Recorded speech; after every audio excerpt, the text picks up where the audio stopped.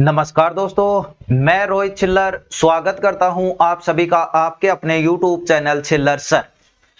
आज की वीडियो में हम बात करेंगे जो आपकी दिल्ली पुलिस हेड कांस्टेबल की वैकेंसी है आने वाली है, उसके लिए आपको डॉक्यूमेंट्स कौन से जरूरी है, क्योंकि आप सभी को पता है यदि आपकी फॉर्म में ही गलती हो गई तो आपका जो तैयारी करने का क्या फायदा। ठीक है, तो सबसे पहले ये जान लेना जरूरी है कि इसमें चीजें हैं यानी कौन से डॉक्यूमेंट्स हमारे पास और कितने पुराने कितने नए ये सब होने चाहिए।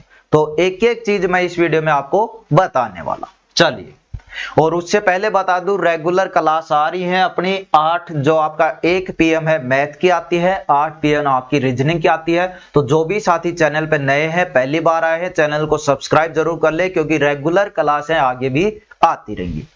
अभी बात करते हैं दिल्ली पुलिस हेड कांस्टेबल के डॉक्यूमेंट्स। देखिए, सबसे पहले और सबसे जरूरी जो चीज है, या आप मानते हो कि ये जो आपका डाउट है कि लाइसेंस जरूरी है या नहीं। सबसे पहला जो कॉमन क्वेश्चन है आप सभी का यही आता है कि जी इसमें लाइसेंस जरूरी है या नहीं।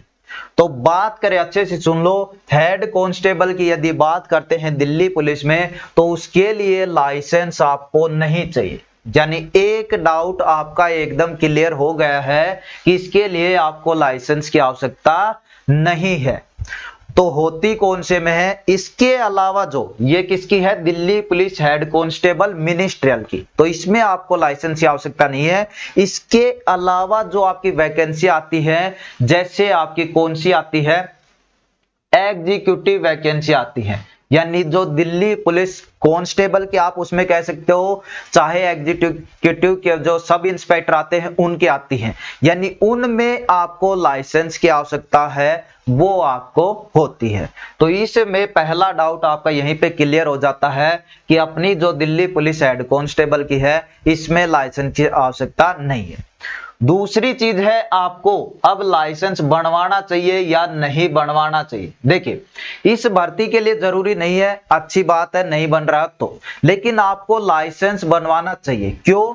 क्योंकि जब इस भर्ती की यदि आप अच्छे मन से पूरे मन से तैयारी कर रहे हो तब तो आपका इसमें सिलेक्शन है वो आपका हो जाएगा। अन्यथा आप क्या करोगे, अन्यथा आप जैसे ही इसके आगे और फॉर्म आएंगे एग्जीक्यूटिव वाले कांस्टेबल वाले, तो उनमें आपको लाइसेंस की आवश्यकता पड़ेगी। तो यानी जो भी ये फॉर्म भर रहा है या अभी जिसने मतलब लाइसेंस नहीं बनवाया है तो वो बनवा सकता है, क्योंकि बनवाने में तो फायदा है। आगे यदि इसकी अच्छे से तैयारी कर दी, सिलेक्शन हो गया, तो फिर भी वैसे भी आपको यदि ड्राइविंग करनी है तो लाइसेंस तो आपको चाहिए वैसे भी।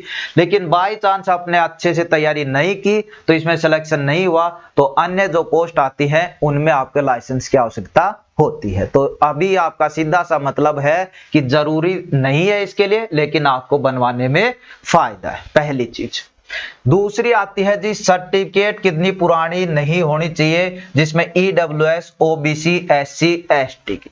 तो जो भी आपकी कास्ट सर्टिफिकेट होती है, देखिए सभी का अलग अलग के हिसाब से। पहली बात तो सारी जो सर्टिफिकेट है आपकी सेंट्रल लेवल की होनी चाहिए, नहीं कि अलग अलग स्टेट की इस तरह से होगी।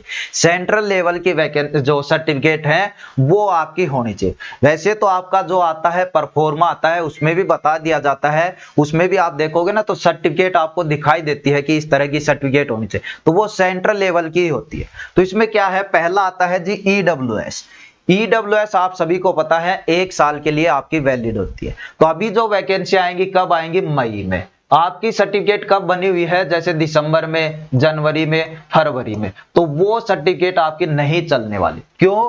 क्योंकि आप सभी को पता है आपका जो सेशन होता है वो होता है 1 अप्रैल से लेकर 31 मार्च तक। ठीक है, जैसे अब जो सर्टिफिकेट बनेगी, अभी मई चल रहा है ना, अब जो सर्टिफिकेट बनेगी उसकी वैलिडिटी होगी आपकी 1 अप्रैल 2022 से लेकर 31 मार्च 2023 तक। यानी यदि आपकी अप्रैल से पहले की सर्टिफिकेट है EWS की तो वो आपकी नहीं चलने वाली है, वो आपको बनवानी पड़ी।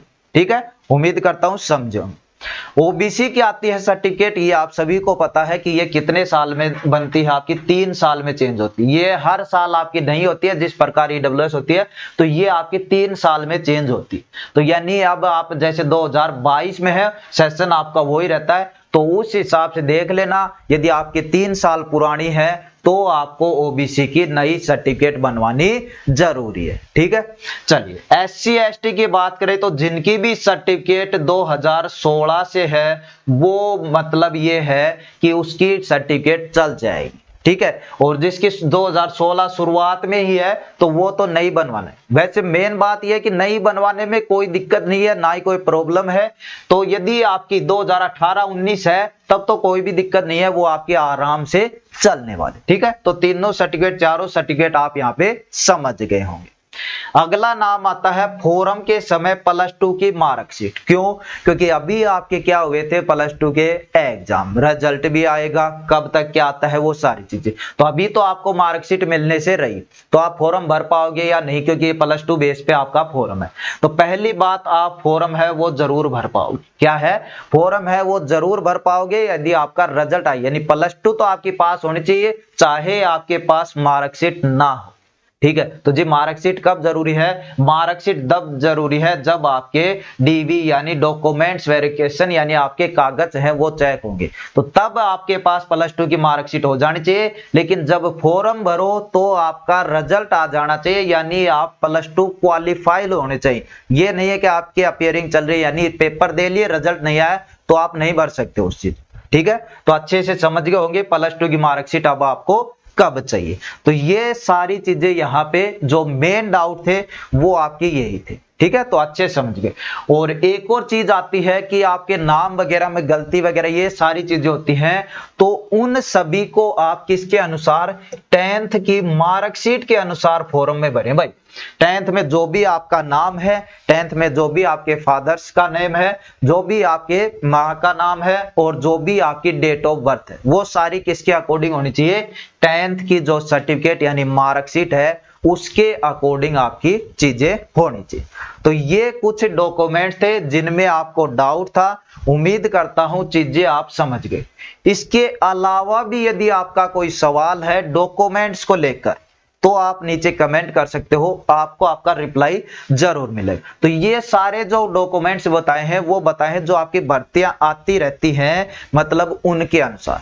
अभी 17 मई को नाम ले रखा है, तो 17 मई को जैसे ही इसका ऑफिशियल नोटिस आएगा तो उसमें यदि कुछ चेंजमेंट होता है तो मैं आपको यहाँ पे जरूर बता दूंगा, अन्यथा जो बताई हैं चीजें वो ही आपकी इसमें वैलिड होती हैं। ठीक है, तो अब देख लेना अपने हिसाब से कौन सी कब के है। ईडब्ल्यूएस है तो 1 साल 1 अप्रैल के बाद की होनी चाहिए, और ओबीसी है तो 3 साल, और एससी एसटी है तो 2016 वाली भी चल जाएगी, लेकिन यदि शुरुआत में है तो आप नई बनवा लीजिएगा।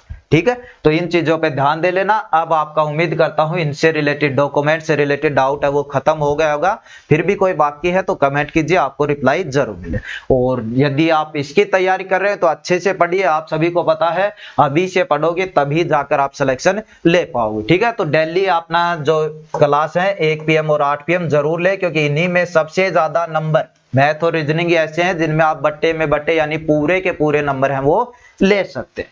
तो चलिए इस वीडियो में इतना ही, उम्मीद करता हूं चीजें समझ गए होंगे। तो इस क्लास में इतना ही, अपने मिलते हैं नेक्स्ट क्लास में। आप भी आना न भूलें, और चैनल पे नए हैं तो चैनल को सब्सक्राइब जरूर करें। धन्यवाद।